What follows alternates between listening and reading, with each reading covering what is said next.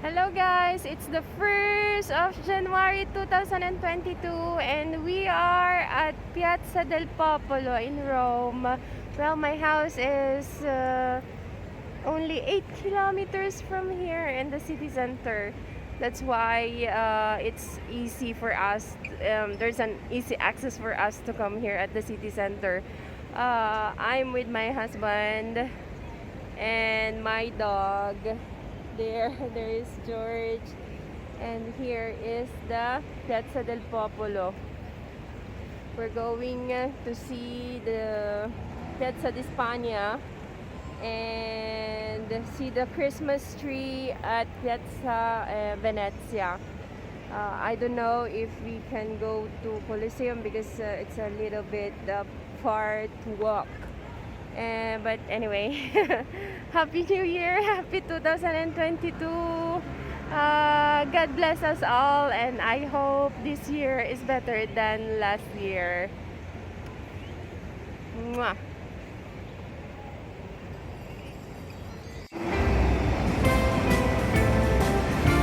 There are millions of people roaming around.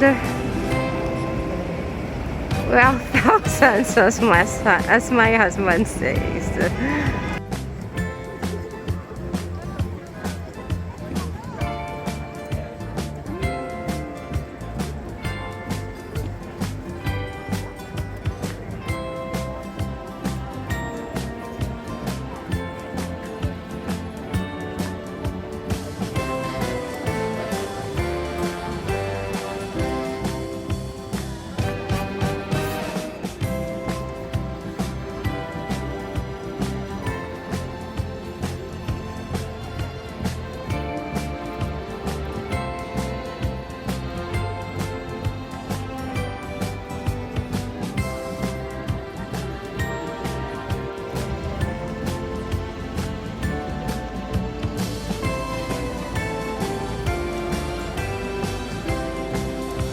We are passing through Via del Corso.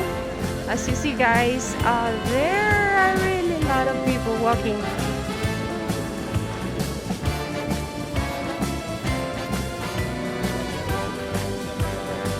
I forgot my gimbal as always.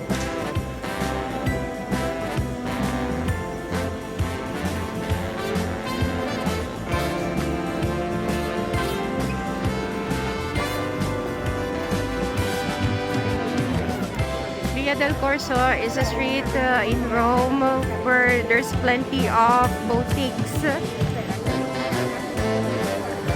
But because today is the 1st of January 2022, all the shops are closed.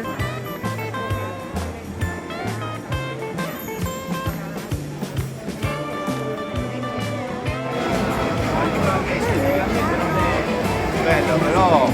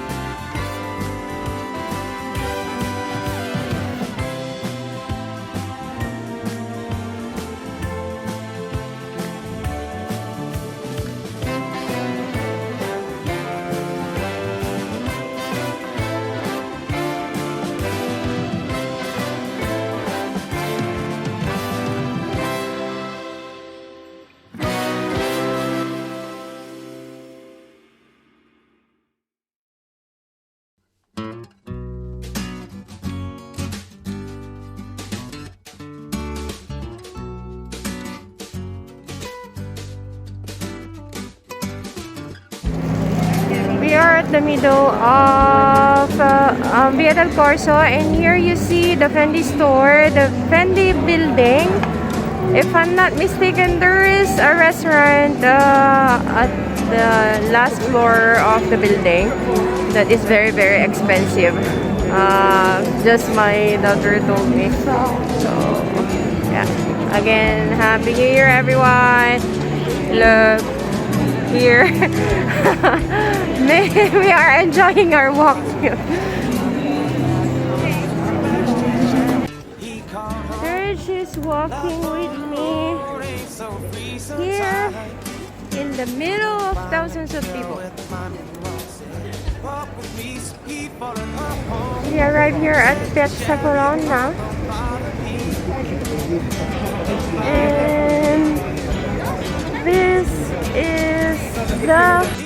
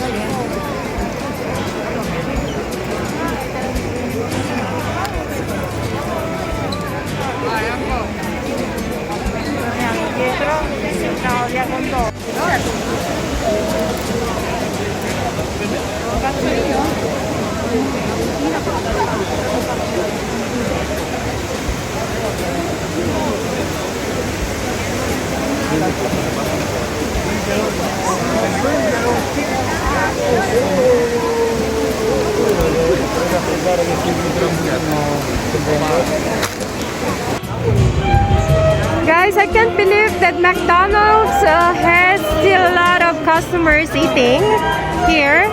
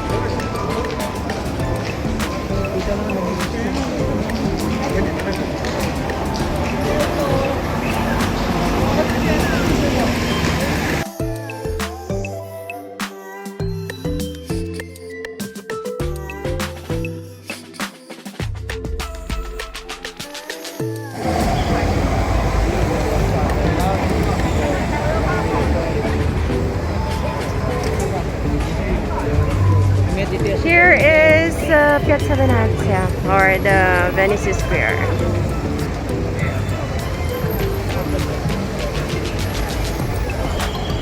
Guys, it's incredible. Rome is with a lot of cars, a lot of people around.